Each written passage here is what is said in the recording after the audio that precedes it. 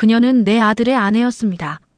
하지만 아들이 사고로 쓰러진 그날 밤, 문틈 너머로 들려온 한마디. 이제 저 사람 재산은 전부 내 거야. 순간 온몸에 피가 얼어붙었습니다. 사랑이라 믿었던 며느리의 미소는 거짓이었고 그 웃음 뒤엔 탐욕이 숨겨져 있었습니다. 가족을 무너뜨린 그 비밀, 어머니인 내가 직접 밝혀내겠습니다. 지금부터 그날 밤의 진실을 들려드리겠습니다. 경남 진주의 작은 텃밭에서 쪽파를 다듬던 정옥남의 손이 멈췄습니다.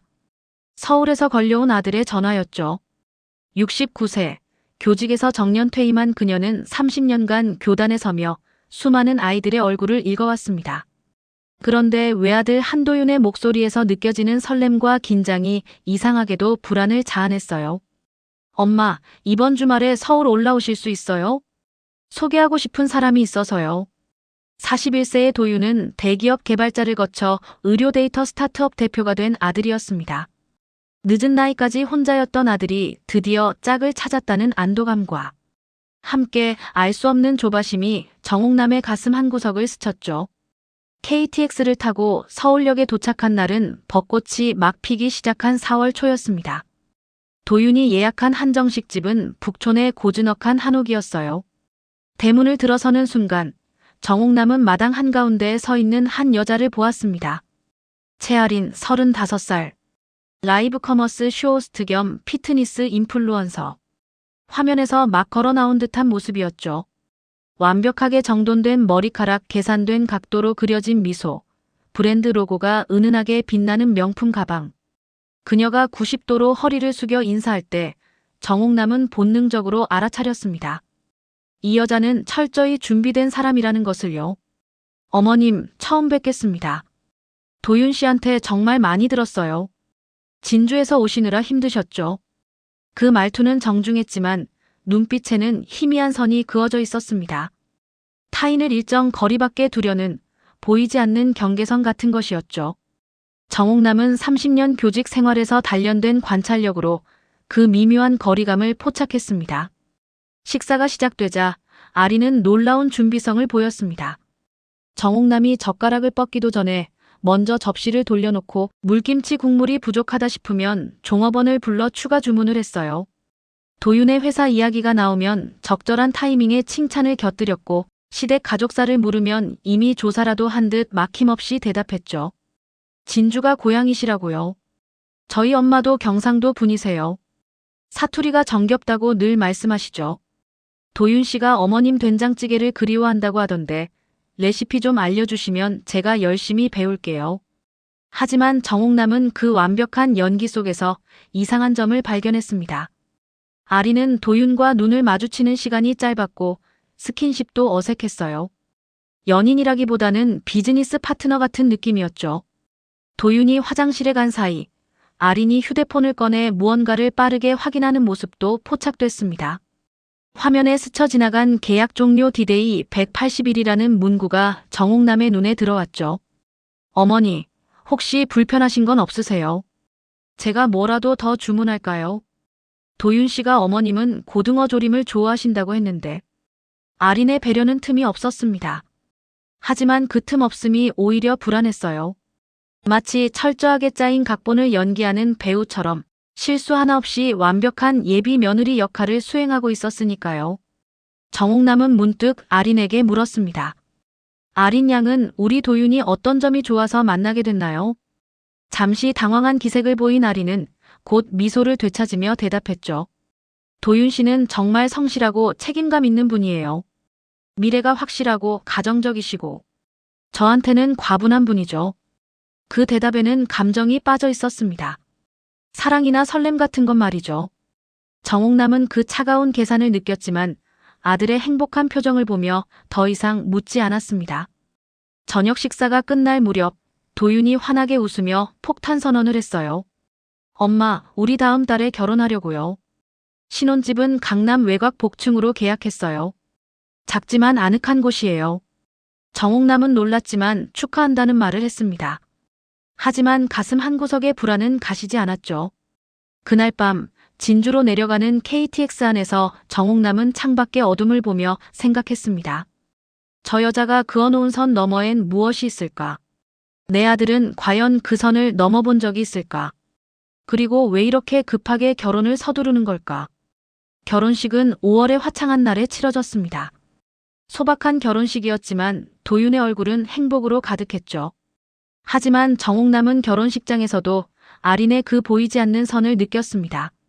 하객들에게 인사할 때도 도윤과 키스할 때도 그녀는 일정한 거리를 유지했어요. 마치 자신의 진짜 모습을 누구에게도 보이지 않으려는 것처럼. 결혼식이 끝나고 1년의 계절이 한 바퀴 돌았습니다. 소박했던 봄날의 결혼식은 이제 액자 속 사진으로만 남았죠. 정옥남은 명절마다 서울로 올라갔고 그때마다 아린은 한결같이 살가운 며느리였습니다. 새벽부터 일어나 전을 부치고 시누이들이 와도 웃는 얼굴을 잃지 않았어요. 하지만 정옥남은 알아차렸습니다. 특정한 화제가 나올 때면 그녀의 얼굴에 스치는 미세한 경직을요. 그것은 바로 아이 이야기였죠. 추석 차례상을 물리고 온 가족이 둘러앉은 거실에서 도윤의 고모가 무심코 던진 한마디가 공기를 얼렸습니다. 아린아, 이제 결혼한 지도 1년 넘었는데 좋은 소식 없니? 우리 도윤이가 늦게 결혼했으니까 서둘러야지. 순간 아린의 손에 들린 찻잔이 미세하게 떨렸어요. 그녀는 억지로 미소를 지으며 대답했죠. 아직은. 좀 더 준비가 되면요. 요즘 경제도 어렵고 도윤 씨 회사도 중요한 시기라서요. 도윤이 아내의 어깨를 감싸며 화제를 돌렸지만 정옥남은 그 짧은 순간 아린의 눈빛에서 본 것을 놓치지 않았습니다. 두려움과 계산, 그리고 절박함이 뒤섞인 복잡한 감정이었죠. 도윤은 그런 아내를 감싸며 말했어요. 고모, 저희가 알아서 할게요. 아린이도 일이 바빠서 지금은 좀 힘들어요. 하지만 정옥남은 아들의 책상 서랍에서 본 것들을 기억했습니다. 육아 서적 5권, 아기용 공기청정기 카탈로그, 그리고 태교 음악 CD들. 아들은 말하지 않았지만 간절히 아이를 원하고 있었죠. 며칠 후 정옥남이 서울에 머물던 마지막 날 아침이었습니다. 도윤은 이미 출근했고 아린과 단둘이 앉은 식탁에서 정옥남은 조심스레 물었어요. 아린아, 혹시 몸이 불편한 곳이 있니? 요즘은 병원에서 검사도 잘해주니까 마음이 급하면 상담이라도 받아보는 게. 도윤이가 얼마나 아이를 기다리는지 알지. 아린의 얼굴이 창백해졌습니다. 그녀는 잠시 망설이다가 마치 오래 숨겨온 비밀을 토해내듯 말했죠. 어머니, 정말 죄송한데요. 제가 지금 브랜드 전속 계약이 있어요. 3년 계약인데 거기에 임신이나 출산하면 계약 해지되는 조항이 있거든요. 위약금이 5억이에요. 6개월만 더 기다려주시면 안 될까요? 그때 계약 끝나거든요. 정옥남은 놀랐지만 이내 고개를 끄덕였습니다. 요즘 세상이 얼마나 각박한지 알고 있었으니까요. 하지만 마음 한구석에서는 의구심이 들었어요. 정말 그것뿐일까? 그러던 어느 날 정옥남은 우연히 또 다른 사실을 알게 되었습니다. 아린이 화장실에 두고 간 휴대폰에서 울린 메시지였어요. 화면에 뜬 내용은 충격적이었죠. 이번 달도 1,000만 원 부족해. 내가 어떻게든 해야지. 아빠 병원비 독촉장 또 왔어. 사채업자들이 집에 찾아왔어. 제발 돈 좀 보내. 발신인은 엄마였습니다. 정옥남은 그제야 이해했죠. 아린이 방송과 광고, 피트니스 프로그램으로 벌어들이는 돈의 대부분이 친정으로 흘러가고 있다는 것을요. 그날 저녁 아린이 돌아왔을 때 정옥남은 넌지시 물었습니다. 아린아, 친정은 잘 계시니? 도윤이가 인사드리러 가자고 하던데.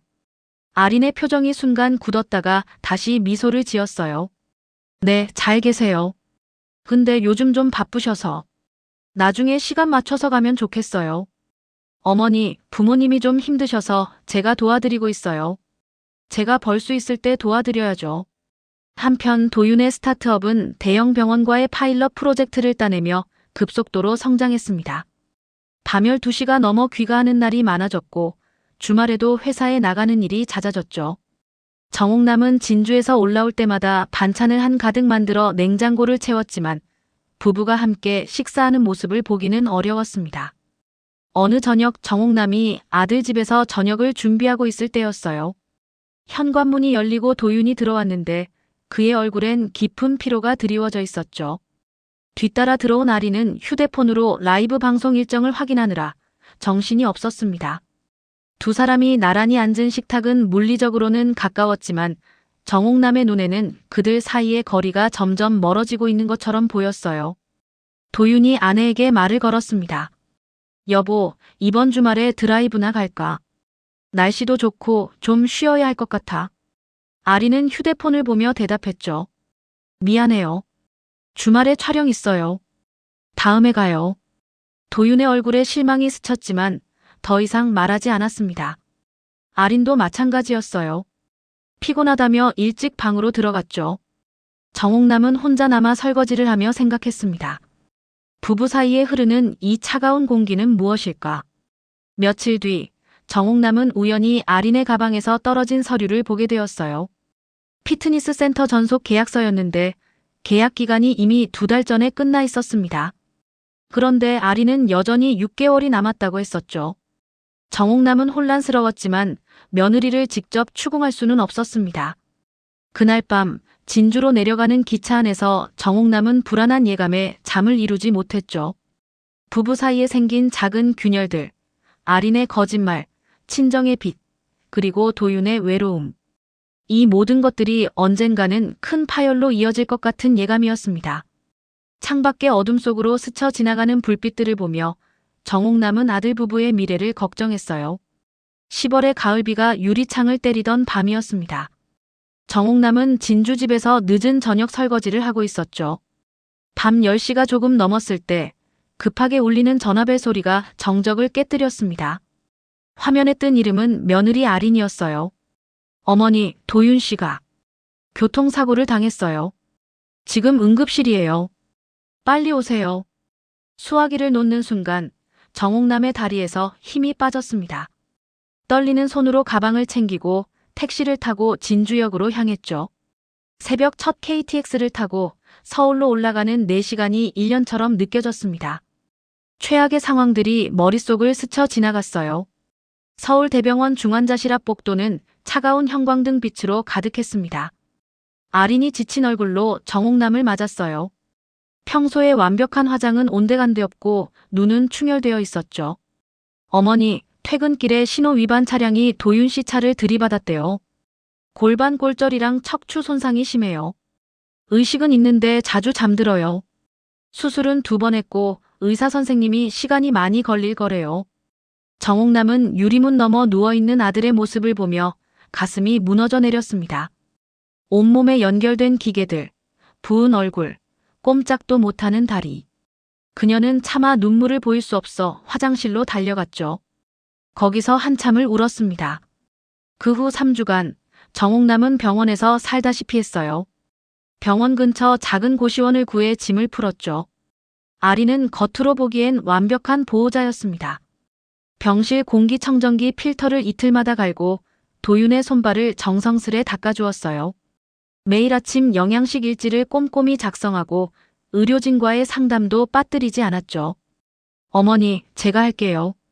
어머니는 좀 쉬세요. 아린의 헌신적인 모습에 정옥남은 미안함과 고마움이 교차했습니다. 혹시 자신이 며느리를 오해한 건 아닐까 하는 생각도 들었어요. 그러나 정옥남은 작은 이상함을 발견했습니다. 아린은 매일 오후 2시에서 3시 사이에 병실을 비웠고 그때마다 비상계단 쪽으로 사라졌죠. 전화를 하는 것 같았지만 병실에서는 할 수 없는 전화인 듯 했습니다. 그날은 정옥남이 평소보다 이른 새벽 5시에 병원에 도착한 날이었어요. 전날 밤 고시원에서 잠을 설쳐 일찍 일어났던 것이죠. 엘리베이터에서 내려 병실로 가는 복도를 걷는데 열려있는 비상계단 문 사이로 익숙한 목소리가 들렸습니다. 아린이었어요. 그래, 알았어. 조금만 더 버티면 돼. 사고 난 지 3주 됐으니까 이제 슬슬 움직여도 돼. 정옥남은 발걸음을 멈췄습니다. 본능적으로 벽 뒤에 몸을 숨기고 귀를 기울였죠. 아린의 목소리가 계속 들렸어요. 정리되면 그 돈 내가 가져올 수 있어. 지금 움직이면 바보지. 의료비 빠지고 재산 분할까지 하면 얼마나 남겠어. 사람들 다 불쌍한 아내인 척하니까 문제없어.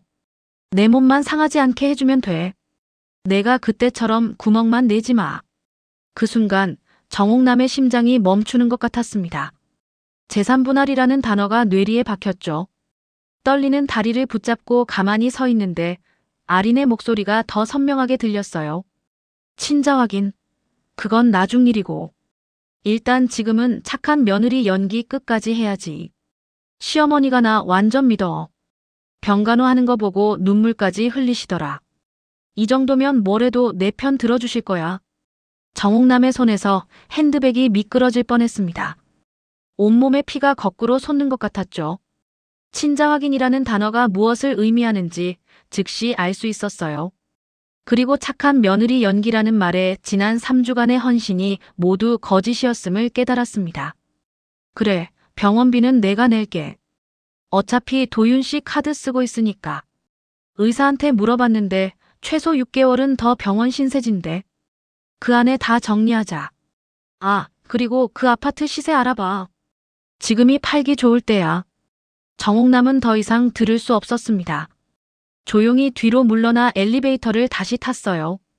1층 로비에서 10분을 보낸 후 아무 일 없었다는 듯 병실로 들어갔죠. 어머니, 일찍 오셨네요. 제가 커피라도 타다 드릴게요. 도윤 씨는 새벽에 잠깐 깨서 물 마시고 다시 잠들었어요. 아린의 얼굴엔 여전히 헌신적인 며느리의 미소가 걸려 있었습니다. 정옥남은 그 가면을 뚫어지게 바라보며 고개를 끄덕였어요. 하지만 속으로는 결심했죠. 증거를 모아야 한다고. 그날부터 정옥남은 조용히 기록을 시작했습니다. 작은 수첩에 아린이 병실을 비우는 시간, 통화 시간과 횟수, 찾아오는 사람들을 꼼꼼히 적었어요. 특히 아린이 매일 오후 2시에서 3시 사이 비상계단으로 가는 패턴을 확인했죠. 또한 아린이 도윤의 지갑에서 카드를 꺼내 쓰는 모습도 목격했습니다. 일주일 후 정옥남은 큰 결심을 했어요. 서울 강남의 한 사설 조사업체를 찾아갔죠. 고급 빌딩의 작은 사무실 문을 두드리는 손이 떨렸습니다. 하지만 아들을 지켜야 한다는 일념으로 용기를 냈어요. 며느리를 조사해 주실 수 있나요? 아들이 사고로 입원 중인데 며느리가 이상한 행동을 해서요. 상담원은 담담하게 필요한 정보를 물었습니다. 정옥남은 알고 있는 모든 것을 털어놓았어요. 아린의 직업, 친정 상황, 그리고 비상계단에서 들은 통화 내용까지. 녹음이나 사진이 있냐는 질문에 고개를 저었지만 상담원은 충분히 조사 가능하다고 했죠. 2주 정도 시간을 주시면 자세한 보고서를 드릴 수 있습니다. 비용은 500만 원입니다. 정옥남은 망설임 없이 계약서에 서명했습니다. 평생 모은 돈이었지만 아들을 위해서라면 아깝지 않았어요. 병실로 돌아온 정옥남은 여전히 의식이 희미한 아들의 손을 잡았습니다. 링거액이 똑똑 떨어지는 소리만이 정적을 채웠죠. 그녀는 아들의 귀에 대고 속삭였어요. 도윤아, 엄마가 지켜줄게. 내가 깨어날 때까지 엄마가 다 알아낼게. 그 여자가 너한테 무슨 짓을 하려는지 엄마가 막을게. 2주까지나 조사업체에서 연락이 왔습니다. 정옥남은 병원 근처 커피숍에서 갈색 봉투를 건네받았죠. 손이 떨려 봉투를 여는 것조차 쉽지 않았습니다. 안에는 사진 수십 장과 각종 서류들이 빼곡히 들어있었어요. 첫 번째 사진은 강남의 한 호텔 로비였습니다. 아린이 낯선 남자와 마주 앉아 있었죠. 두 사람의 거리는 너무 가까웠고 남자의 손이 아린의 손등을 쓰다듬고 있었어요. 날짜는 도윤이 출장을 간 지난 8월이었습니다. 두 번째 사진은 더 충격적이었죠. 아린이 그 남자의 오피스텔로 들어가는 뒷모습, 그리고 새벽 2시가 넘어서야 나오는 모습이 연속으로 찍혀 있었습니다. 조사원의 보고서를 읽어내려가는 정옥남의 얼굴이 점점 창백해졌어요. 그 남자는 강준혁이라는 38세 사업가였는데 아린과 5년 전부터 사귀었다가 2년 전 헤어진 사이였습니다. 그런데 도윤과 결혼한 후에도 계속 만나고 있었죠. 정옥남은 서류를 넘겼어요. 아린의 카드 사용 내역이 정리되어 있었는데 특이한 패턴이 보였습니다. 매달 특정일에 강남의 대형 산부인과에서 결제한 기록이 있었죠. 그것도 도윤과 결혼하기 전부터요. 조사원의 메모가 옆에 적혀 있었습니다. 해당 병원 확인 결과, 산전 검사 및 임신 관련 진료. 최근 2달간 방문 횟수 증가. 현재 임신 12주로 추정. 정옥남의 눈앞이 캄캄해졌어요. 도윤이 사고 난 게 3주 전인데 임신 12주라면 계산이 맞지 않았죠. 하지만 가장 결정적인 증거는 따로 있었습니다. 아린의 휴대폰에서 복원된 메모 파일이었어요. 임신 8주차. 식이 조작 필요. 도윤 출장 8월 15일에서 21일. 병원 기록 날짜 변경 가능한지 확인. 시댁 반응 체크. 재산 목록 강남 오피스텔 시가 12억, 주식 계좌 3억, 회사 지분 5억 추정. 그 아래엔 더 충격적인 내용이 있었습니다. 준혁이랑 상해 결과 마이너스 도윤 상태 악화되면 법정 대리인 자격으로 재산 처분 가능. 식물인간 되면 더 좋음. 이혼보다 유리. 보험금 7억 확인. 정옥남은 커피잔을 내려놓았습니다. 손이 너무 떨려 커피가 쏟아질 것 같았으니까요. 조사원이 마지막으로 건넨 것은 통화 녹취록이었어요. 최근 통화 내용이었죠. 남자 정말 그 바보한테 애가 내라고 믿게 할 수 있어. 아린 시기만 잘 맞추면 돼. 어차피 사고로 정신 못 차리고 있잖아. 의사한테 얘기해서 진료 기록 날짜 바꾸기로 했어. 남자 시어머니는 눈치 못 챘어. 아린 완전 내 편이야. 내가 병간호하는 거 보고 감동받았어. 도윤 깨어나도 엄마 말 믿을 거야. 남자 빨리 정리하자. 식물인간 되면 좋을 텐데. 아린 그것도 생각 중이야. 약 조절하면 가능하대. 정옥남은 봉투를 닫았습니다. 더 이상 볼 수 없었어요. 며느리가 단순히 바람을 피운 게 아니라 아들의 생명까지 위협하고 있다는 사실에 온몸이 떨렸죠. 그녀는 즉시 병원으로 돌아가 주치의를 찾았습니다. 선생님, 제 아들 약을 제가 직접 관리하고 싶습니다. 그리고 병실에 CCTV를 설치할 수 있을까요? 의사는 의아해했지만 보호자의 요청이니 들어주겠다고 했어요. 정옥남은 그날부터 도윤의 모든 약을 직접 확인했고 아린이 주는 음식도 먼저 확인했죠. 며칠 후 도윤의 상태가 호전되기 시작했습니다. 의식이 돌아오는 시간이 길어졌고 대화도 조금씩 가능해졌어요. 정옥남은 때가 왔다고 판단했습니다. 토요일 오후 아들이 완전히 깨어있을 때 아린을 집으로 불렀어요. 아린아, 오늘 저녁에 집에서 같이 먹자. 도윤이도 의식 돌아왔으니 축하도 할 겸 중요한 이야기도 있고. 아린은 잠시 머뭇거리다가 승낙했죠. 정옥남은 도윤을 휠체어에 태워 집으로 데려왔습니다. 도윤이 좋아하던 고등어 조림과 된장찌개를 정성껏 준비했어요. 평소와 다름없는 저녁 식탁이었죠. 식사가 거의 끝날 무렵 정옥남은 조용히 입을 열었습니다. 아린아, 우리 처음 만났을 때 기억나니? 너의 눈에 그어진 선이 보였어. 이제 그 선 너머에 뭐가 있는지 알 것 같아. 아린의 표정이 순간 굳었습니다. 정옥남은 가방에서 갈색 봉투를 꺼냈어요. 그리고 사진 한 장을 식탁 위로 밀었죠. 호텔 로비 사진이었습니다. 이건 오해예요. 그 사람은 그냥 비즈니스 파트너. 정옥남은 말없이 다음 사진을 꺼냈어요. 오피스텔 출입사진, 산부인과 진료 기록, 휴대폰 메모. 하나씩 증거를 늘어놓을 때마다 아린의 얼굴은 더욱 창백해졌습니다.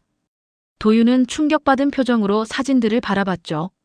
그리고 정옥남은 마지막 카드를 꺼냈습니다. 통화 녹취록이었어요. 식물인간 되면 좋을 텐데 약 조절하면 가능하대라는 부분을 들려주자 도윤의 얼굴이 분노로 일그러졌습니다. 당신이 내 약을 조작했어. 나를 죽이려고 했어. 아린은 더 이상 부인하지 못했습니다. 그녀는 눈물을 흘리며 말했어요. 친정 빚이 10억이 넘어요. 사채업자들이 매일 협박해요. 준혁이가 도와주겠다고 했어요. 대신 당신 재산을 가져오라고. 처음엔 이혼하려고 했는데 사고가 나서 기회라고 생각했어요. 정옥남은 마지막 서류를 꺼냈습니다.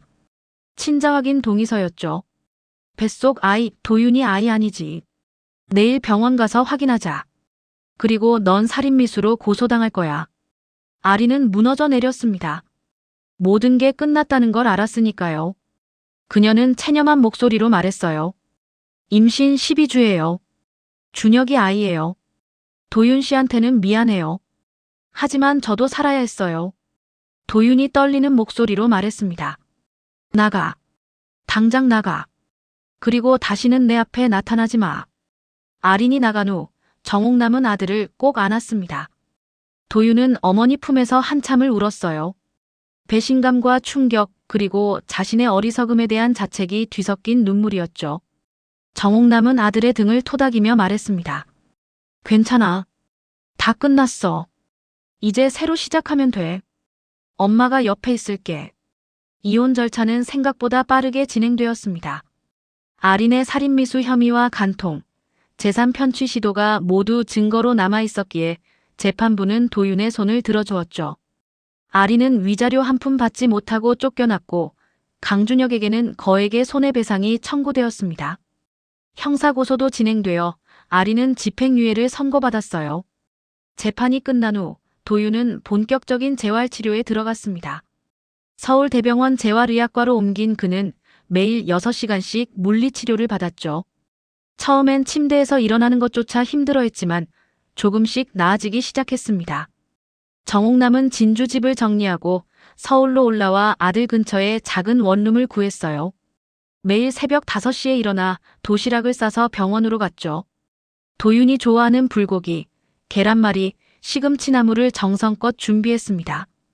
엄마, 매일 오시기 힘드실 텐데. 병원 밥 먹어도 돼요. 정옥남은 고개를 저으며 웃었습니다. 병원 밥이 어디 밥이니? 엄마 손만 먹어야 빨리 낫지. 재활치료 2달째, 도윤은 보행 보조기를 잡고 처음으로 복도를 걸었습니다. 비틀거리는 걸음이었지만 스스로의 힘으로 걷는다는 것 자체가 기적이었죠. 물리치료사들이 박수를 쳤고 정옥남은 눈물을 훔쳤어요. 그 즈음 도윤의 회사 동료들이 병문안을 왔습니다. 스타트업 직원 10명이 모두 와서 응원했죠. 개발팀장이 노트북을 꺼내며 말했어요. 대표님, 병원 프로젝트 잘 진행되고 있습니다. 대표님 없는 동안 저희가 잘 지키고 있으니 걱정 마세요. 도윤의 눈에 생기가 돌았습니다. 오랜만에 일 이야기를 들으니 살아있음을 실감하는 듯 했죠. 그는 휠체어에 앉아 노트북으로 코드를 검토하기 시작했어요.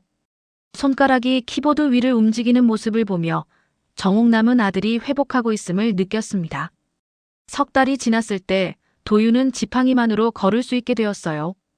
퇴원을 앞두고 그는 어머니와 함께 새 집을 구했습니다. 강남 외곽의 복층 신혼집은 너무 많은 상처가 남아있어 정리했고 회사와 병원 중간 지점에 깨끗한 오피스텔로 이사했죠.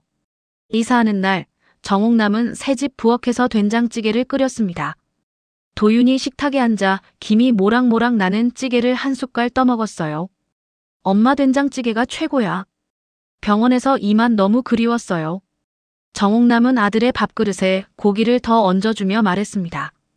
많이 먹어. 살도 빠졌잖아. 엄마가 반찬 많이 만들어 놓을 테니 잘 챙겨 먹어. 어느 날 저녁 도윤이 조심스레 말을 꺼냈습니다.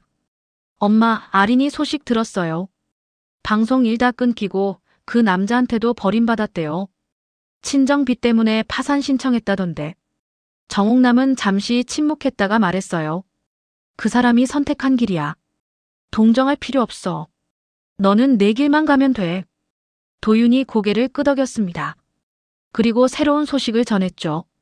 병원 쪽에서 재활 환자용 보행 보조 앱 개발을 제안했어요. 제가 직접 겪어봤으니까 더 좋은 걸 만들 수 있을 것 같아요. 정옥남은 아들의 눈에서 오랜만에 보는 열정을 발견했습니다. 상처를 딛고 일어서려는 의지가 빛나고 있었어요. 주말마다 회사 동료들이 도윤의 집에 모였습니다. 함께 재활운동을 돕고 새 프로젝트를 논의했죠. 정옥남은 그들을 위해 잔치국수를 끓이고 전을 부쳤어요. 웃음소리가 집안을 가득 채웠습니다. 봄이 다시 찾아왔을 때 도윤은 지팡이 없이 한강공원을 걸었습니다. 느린 걸음이었지만 꿋꿋했어요. 벚꽃이 흩날리는 길을 걸으며 그가 말했습니다. 엄마, 작년 이맘때가 생각나네요. 그때는 모든 게 완벽해 보였는데 다 거짓이었죠. 정옥남이 아들의 팔을 잡으며 말했어요. 거짓 위에 세운 행복은 오래가지 못해. 지금이 진짜 시작이야. 느리지만 단단하게 가는 거지. 도윤의 회사는 병원 프로젝트를 성공적으로 마쳤고 추가 투자를 받았습니다. 직원도 20명으로 늘었죠. 그는 여전히 매주 재활 치료를 받았지만 일상생활에는 지장이 없을 정도로 회복했어요. 어느 날 저녁 정옥남이 진주로 내려가기 전날이었습니다. 도윤이 어머니 앞에 앉아 진지하게 말했어요. 엄마, 그동안 정말 감사했어요. 엄마 아니었으면 저 지금 어떻게 됐을지 몰라요. 이제 혼자서도 잘 지낼 수 있으니까 엄마도 진주에서 편하게 지내세요. 정옥남은 아들의 손을 잡았습니다. 걱정 마. 엄마도 이제 텃밭 가꾸며 여유 즐길 때야. 너는 건강하게 잘 지내기만 하면 돼. 그리고 다음엔 좋은 사람 만나. 천천히 신중하게. 도윤이 쑥스럽게 웃었어요. 네, 이번엔 정말 신중하게 할게요. 엄마 직감을 믿어야 했는데. 다음 날 아침, 정옥남은 진주행 KTX에 올랐습니다. 창밖으로 스쳐가는 봄 풍경을 보며 생각했어요. 지난 1년은 폭풍 같았지만 그 폭풍을 견뎌낸 아들이 자랑스러웠죠. 며느리는 잃었고 손주를 가질 기회도 놓쳤지만 아들이 다시 걸을 수 있게 되었습니다. 한 달 뒤 도윤에게서 전화가 왔어요. 엄마, 보행 보조 앱 정식 출시했어요. 병원에서 반응이 너무 좋아요. 그리고 제가 쓴 재활수기가 환자들한테 큰 힘이 된대요. 정옥남은 미소를 지었습니다. 잘했어.